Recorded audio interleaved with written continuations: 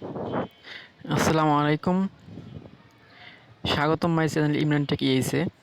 আমি আজকে আপনাদের দেখাবো আপনাদের ফোন থেকে ডিলিট হয়ে যাওয়া ফটো কীভাবে ফিরিয়ে আনতে পারবেন, বা আপনাদের ফটো, আপনাদের প্রয়োজনীয় ডকুমেন্ট, ফটো, ভিডিও কীভাবে সংরক্ষণ করবেন সেটা আজীবনের জন্য।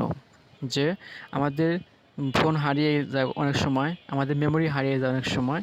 তো আমরা এগুলা আমাদের ফোনে মেমোরিতে অনেক প্রয়োজনীয় জিনিস, ফটো বা ডকুমেন্ট থাকে, সেগুলো আমরা আর খুঁজে পাই না বা ফিরিয়ে পাই না। তো কীভাবে এগুলো ফিরিয়ে পাওয়া যাবে সে বিষয়ে আমি আপনাদের সম্পর্কে সামনে দেখাবো। তো চলুন শুরু করা যাক। তো সর্বপ্রথম আমাদের যেটা লাগবে সেটা হচ্ছে আমরা যাব গুগলে, যেখানে আমাদের গুগলে ফটো আছে। যে এটা আপনাদের ফোনে অবশ্যই আছে, এরকম থাকলে অন্য কোথাও থাকতে পারে। তো আমি দেখাচ্ছি। তো আপনারা এখানে যাওয়ার পরে দেখুন যে এই অপশনটা যেখানে আছে, যে ফটো অপশনটা এরকম। তো আমরা এই ফটো অপশনে যাব। তো এই ফটো অপশনে ক্লিক করি। ক্লিক করার পর দেখুন এখানে অনেকগুলো ছবি আছে।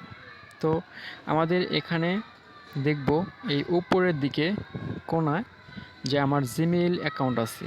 ও আরেকটা দিক যে এই ফটোগুলো অ্যাড করতে হলে অবশ্যই আপনাদের জিমেইল অ্যাকাউন্ট প্রয়োজন হবে।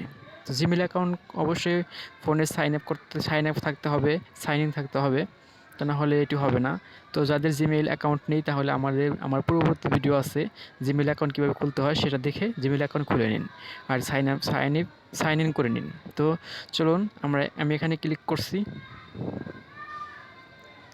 ক্লিক করার পর দেখুন এখানে ব্যাকআপ ইজ অফ। এটা টার্ন অন ব্যাকআপ দিলে আমাদের গুগলে আমরা যে ফটোগুলো সেভ করেছি সেগুলো আমাদের ফিরে আসবে। তো আমি যেহেতু এখানে ছবি রাখবো, অবশ্যই আপনাদের নেট লাগবে, ওয়াইফাই অথবা এমবি লাগবে এই ছবিগুলো সেভ রাখতে। তো আমি এখানে যাব ফটো সেটিংয়ে। তো ফটো সেটিংয়ে যাওয়ার পর দেখুন উপরের দিকে এখানে ব্যাকআপ সাইন অ্যান্ড সাইনে ক্লিক করব। তো ব্যাকআপ অ্যান্ড সাইনে ক্লিক করে এখানে দেখুন এই যে অফ করা আছে, এটা আমি অন করে দেব। তো এটা আমি অন করে দিচ্ছি। তো অন করে দেওয়ার পর এখন দেখুন আমার যে জিমেইলে আমি এই ছবিগুলো আপলোড করব বা রেখে দিব, সেই মেইলটা এখানে দেখাবে, জিমেইলটি দেখাবে। যে আমার জিমেইলটিকে দেখাচ্ছে, শো করছে। তো জিমেইলটি শো করছে। আপনি যদি চাইলে অন্য একটা জিমেইল এখানে করতে পারেন। তো আবার এখানে দেখুন নিচে আপলোড সাইজ, তারপর হচ্ছে ব্যাকআপ ডিভাইস ফোল্ডার, এখানে আপনি ফোল্ডার চয়েস করতে পারবেন নিচে। তো এভাবেই সাইজ, যদি আপনি সাইজ নিতে চান, এখানে আমার দেওয়া আছে হাই কোয়ালিটি। তো এখানে অরিজিনাল কোয়ালিটি দেওয়া আছে, যেহেতু আমি হাই কোয়ালিটি দিয়ে দেব। তো হাই কোয়ালিটি দিয়ে দিচ্ছি। এখানে ব্যাকআপ ফোল্ডারে ক্লিক করলে এখানে নন দেখাচ্ছে। তো আমি এখানে অন করে দেওয়ার পর অন করে দিয়েছি। তো দেওয়ার পরে এখানে আমি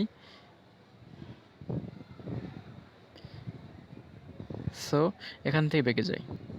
যাওয়ার পর দেখুন যে আমাদের অলরেডি কিন্তু এখানে আপলোড হচ্ছে, ফটোগুলো আপলোড হচ্ছে। দেখুন এই যে এখানে আপনার যে মেইল আছে, অ্যাকাউন্ট আছে, এটাতে দেখুন ঘুরতেছে, এখানে আপলোড হচ্ছে। তো এখানে আপলোড হচ্ছে, আপনি এখানে ক্লিক করে দেখতে পারেন।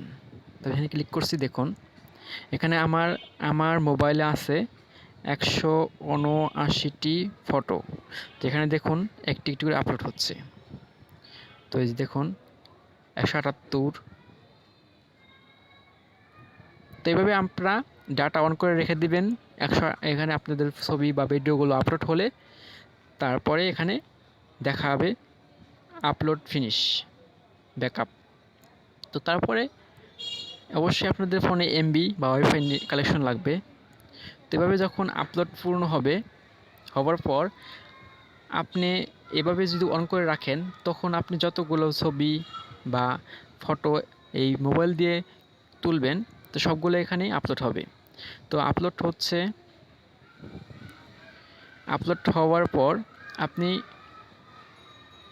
যদি আপনার ফোনটা হারিয়ে যায় বা আপনার সিম কার্ড হারিয়ে যায়, তাহলে আপনি যে কোনো মোবাইল থেকে আপনার এই জিমেল অ্যাকাউন্টটি লগ ইন করে আপনি এই গুগল ফটোতে গিয়ে আপনার জিমেল অ্যাকাউন্টটি যদি ব্যাকআপে দেন, তাহলে আপনি কিন্তু আপনার ছবিগুলো ফিরে পাবেন এবং আপনার ছবিগুলো এখান থেকে আপলোড করতে পারবেন।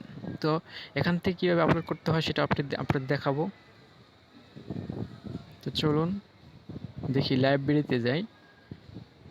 লাইব্রেরিতে যাওয়ার পর দেখুন যেগুলো এখানে আপলোড হচ্ছে সেগুলো এরকম, যে এগুলো আপলোড হচ্ছে না, এগুলো এখানে গিয়ে যেগুলো যেরকম চিহ্ন আছে সেগুলো আপলোড হচ্ছে না।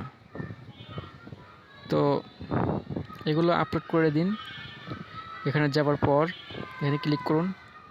ক্লিক করার পর এই যে এখানে অন করে দিন, এই পাশে এটা অন করে দিন। অন করে দিলে এটা আপলোড হবে। তো আমি এটা অন করে দিচ্ছি, তাহলে এটা আপলোড হচ্ছে, যোগ হচ্ছে। তো এভাবে আপনারা যতগুলো এখানে এই চিহ্নটা আছে সবগুলোতে প্রবেশ করুন। প্রবেশ করার পর এখানে আপলোড করে দিন, এখানে অন করে দিন। অন করে দিলে এগুলো সব আপলোড হবে। তো আপলোড হলে তারপরে আপনি আপনার সিম আপনার মেমোরি কার্ড এবং ফোনের যে ফটোগুলো আছে সেগুলো কেটে দিয়ে আপনি যদি এখানে আসেন আবার ব্যাকআপ দেন, তাহলে আপনি এই ফটোগুলো এখানে পাবেন। তো আর কোনো চিন্তা নেই, আমাদের ফটোগুলো এভাবে সংরক্ষণ করা যাবে এবং আজীবনের জন্য সেখান থেকে সংগ্রহ করা যাবে। তো এ পর্যন্তই। যদি ভালো লাগে অবশ্যই লাইক কমেন্ট শেয়ার করবেন, আর যদি কোনো বিষয়ে জানার প্রয়োজন হয় তাহলে অবশ্যই কমেন্ট করবেন। Thank you.